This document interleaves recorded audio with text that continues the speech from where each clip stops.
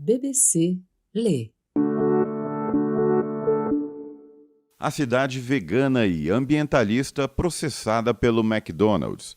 Reportagem de Srishti Chaudhary, da BBC Travel, publicada pela BBC News Brasil em 16 de junho de 2022. Lida por Rodrigo Durão. No sudoeste da Alemanha, aninhada entre os Alpes da região da Suábia e o densamente arborizado Parque Natural de Schönborn, está Tübingen, uma cidade universitária que deixaria a maioria dos cenários da Disney no chinelo.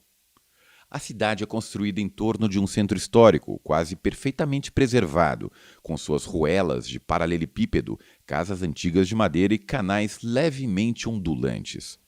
Enquanto os centros históricos da maioria das cidades alemãs foram destruídos durante a Segunda Guerra Mundial, apenas uma bomba caiu em Tübingen. O rio Neckar corre pelo centro da cidade, formando uma pequena ilha, que fica coberta de flores na primavera e resplandece dourada no outono. Tübingen fica na Suábia, Schwaben em alemão, uma região alemã famosa por sua frugalidade, e que também é um dos pontos mais ensolarados do país, tornando-a consideravelmente mais alegre do que outras partes que apresentam um clima mais cinzento e chuvoso. É uma cidade acadêmica, pequena, mas bastante dinâmica. Para o tamanho da cidade, acho incrivelmente internacional, diz Nelly Neideck, que administra uma comunidade de estrangeiros que vivem ali. Estive em Tübingen pela primeira vez há 8 anos para visitar um amigo, e à primeira vista a cidade parecia um conto de fadas, com sua paisagem idílica e atmosfera jovem. Dos 90 mil moradores, mais de 27 mil são estudantes da Universidade de Tübingen.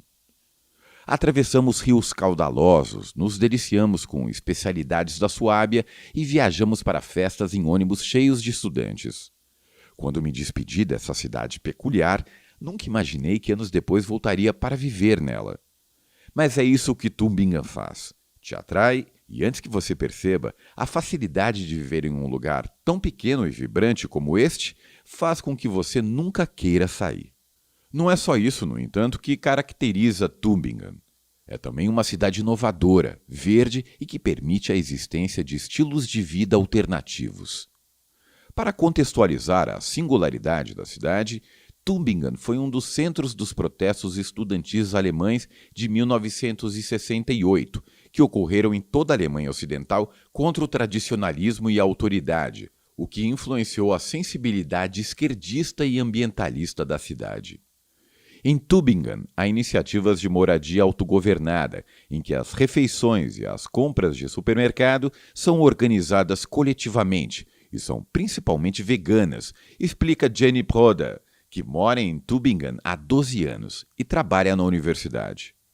As pessoas que administram e vivem nessas moradias são muitas vezes politicamente ativas, cultivam uma consciência para temas sociais e ecológicos e contribuem para a cena cultural, organizando shows, palestras, festivais e festas. A comida oferecida nesses eventos, geralmente, também é vegana, diz Jenny. Na verdade, muita gente que conheci desde que me mudei para cá é vegetariana ou vegana, e é tão comum perguntar se alguém come carne quanto perguntar se tem alergia. Tübingen é, inclusive, um dos participantes oficiais do Veganuary, o desafio anual que incentiva as pessoas a serem veganas no mês de janeiro.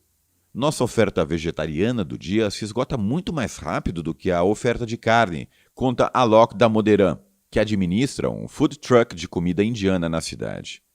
Isso é significativo em um país que é conhecido por sua salsicha. Políticos verdes fazem parte da Assembleia Local desde 1979. E como 1/3 de sua população é de estudantes, a cidade abriga uma comunidade bastante consciente em relação às questões ambientais.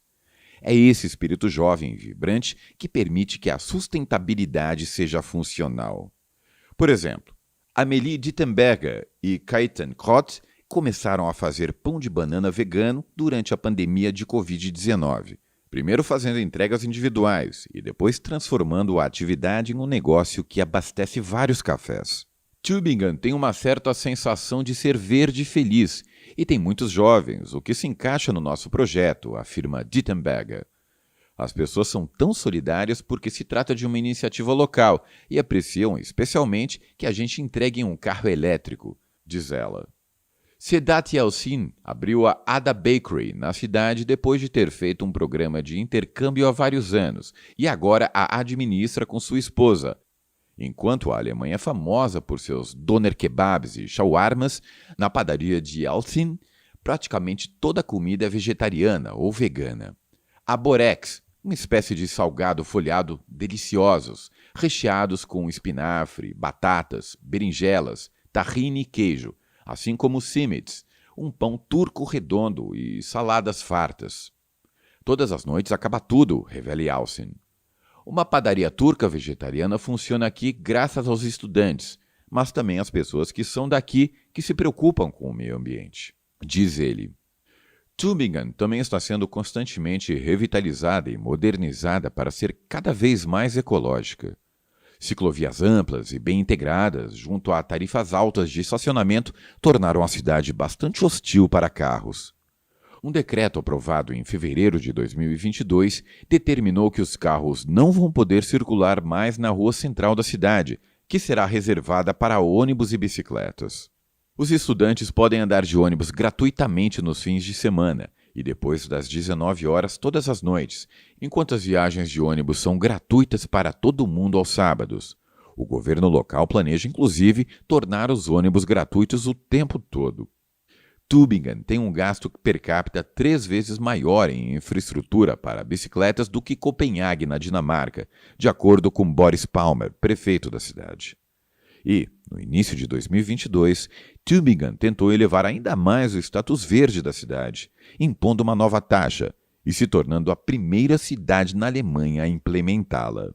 O chamado Verpackungssteuer, imposto de embalagem, previa um pagamento extra de 50 centavos para qualquer embalagem descartável, como copos de café, potes de sorvete e pratos para refeição. No caso de talheres descartáveis, como garfos, facas e colheres, o custo era de 20 centavos a mais. Até as caixas de pizza e o papel alumínio usado para embalar um falafel para viagem eram tributados. Independentemente de serem feitos de material sustentável ou reciclado, qualquer coisa de uso único era mais cara, com base no princípio de que a não produção era melhor do que a reciclagem ou descarte futuros. O imposto teve um início promissor. As primeiras semanas resultaram em uma redução de 15% nos resíduos nas lixeiras da cidade. Inicialmente, tanto os moradores quanto as empresas de Tübingen se mostraram à altura do desafio. As pessoas começaram a adquirir o hábito de levar os seus próprios talheres e os restaurantes começaram a fornecer pratos reutilizáveis. Parei de estocar pratos descartáveis, contou Naresh Taneja, dono há 30 anos do restaurante indiano vegano Maharaja, em Tübingen, quando o imposto foi implementado.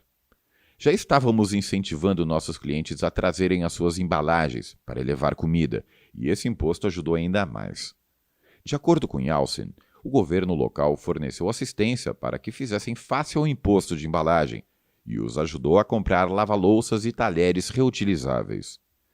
Mas a regra não foi bem recebida pelo único McDonald's de Tübingen, que processou a cidade por causa do imposto. Com mais de 1.500 restaurantes em toda a Alemanha, o McDonald's afirma que é difícil customizar soluções e defende uma estrutura uniforme para não ter de lidar com as diferenças nas regras de cada cidade. Nós concordamos que a melhor embalagem é aquela que não é produzida, mas as medidas especiais de cidades ou comunidades individuais impedem um conceito nacionalmente bem-sucedido e implementável, afirmou um porta-voz da empresa enquanto a companhia realiza testes para um sistema próprio de embalagens reutilizáveis.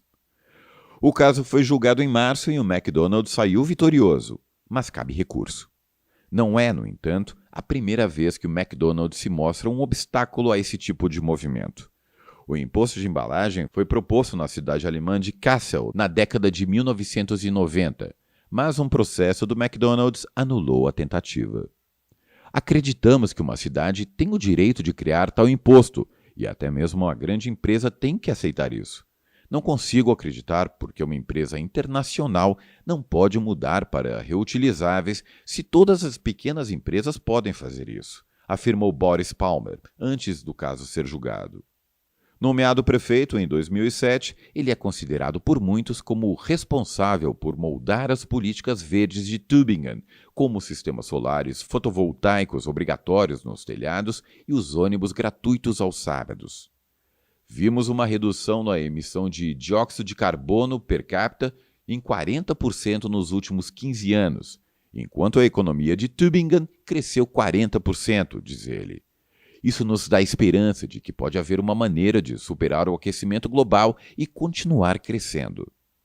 Embora muitas lições possam ser aprendidas com o modelo de Tübingen, talvez seja difícil reproduzir as conquistas da cidade, uma vez que elas emergem de um cenário único de apoio político e social. Além disso, muitos acham que Tübingen é acadêmica demais para ser considerada um exemplo para o mundo real. Você vai ficar muito na bolha acadêmica se morar lá, diz Kathy Winkler, que viveu em Tübingen por vários anos antes de se mudar para Berlim. No entanto, o exemplo de Tübingen mostra que abrir caminho para um planeta mais verde pode ser alcançado em pequena escala, provando que o pequeno pode ser poderoso, bonito e inspirador. Você ouviu a reportagem A Cidade Vegana e Ambientalista Processada pelo McDonald's, publicada pela BBC News Brasil em 16 de junho de 2022.